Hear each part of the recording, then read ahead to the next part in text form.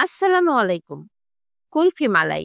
বন্ধুত্ব আর কুলফির মিষ্টি সম্পর্কের গল্প শোনাবো আজ। কি শুনবেন? গ্রামের মাটির ঘ্রাণ হোক কিংবা শহরের ব্যস্ততার ভিড়, দেশের ভিতর থেকে কিংবা দেশের বাহিরে, আপনি যেখান থেকে দেখছেন সবার জন্য রইল আজকের ভিডিও দেখার আমন্ত্রণ। আমি শহরের নামি দামি একটি রেস্টুরেন্টে গিয়েছিলাম। এরকম এক বাটি কুলফি ৩ পিস এক বাটিতে ছিল। আমার কাছ থেকে নিয়েছিল ৳১৮০। তারপর থেকে কানে চিমটি দিয়েছি, আর কুলফি বাহিরে খেতে যাব না। আমি দেখুন কিভাবে বানিয়েছি। এত সুন্দর ময়েক এবং এত সুন্দর হয়েছে, আপনি একবার বানালে বারবার বানিয়ে খাবেন। তার জন্য প্রথমেই আমরা কুলফির প্রিমিক্সড রেডি করব। তার জন্য ৩-৪ রকমের বাদাম নিবেন আপনার মন মতো, যেমন খুশি তেমন। তার সাথে ৩-৪ টা এলাচের দানা এবং ৪ চামচ কর্নফ্লাওয়ার, ৪ চামচ গুঁড়া দুধ। সুন্দরভাবে আমরা মিক্সিং জারে নিয়ে আমরা ব্লেন্ডারে ব্লেন্ড করে নিব।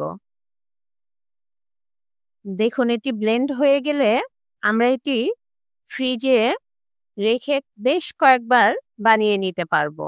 প্রিমিক্স রেডি থাকলে কুলফি বানানোতে কোনো ঝামেলা থাকবে না। আমি এভাবে ডিপ ফ্রিজে সংরক্ষণ করি। দেখা যায় ৩-৪ বার বানিয়ে নিতে পারি। আমার ছেলের ভীষণ পছন্দ কুলফি। আমি ওকে বাহিরের আইসক্রিম খাওয়াই না। আমি ফুল ক্রিম লিকুইড দুধ নিলাম ৩ কাপ।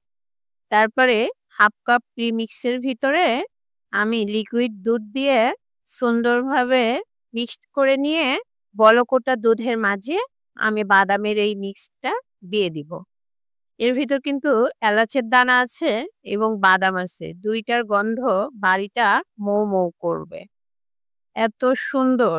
আপনার আশেপাশের যদি কেউ আপনাকে পছন্দ করে না, সেও আপনার বন্ধু হয়ে যাবে এটার গন্ধে। আপনি একবার যাকে কুলফি খাওয়াবেন, সে আপনার রান্নার প্রেমে পড়বে। বলবে কিভাবে এত সুন্দর কুলফি বানায়। এজন্যই বললাম কুলফির সাথে বন্ধুত্বের সম্পর্ক আছে। আপনি যাকেই কুলফি বানিয়ে খাওয়াবেন, সেই বন্ধু হয়ে যাবে। আমাদের কুলফিটা একদম রেডি, ঘন হয়ে এসেছে। তারপর আমরা নামিয়ে ঠান্ডা করে নিয়ে আইসক্রিমের মোল্ডে ঢুকাবো।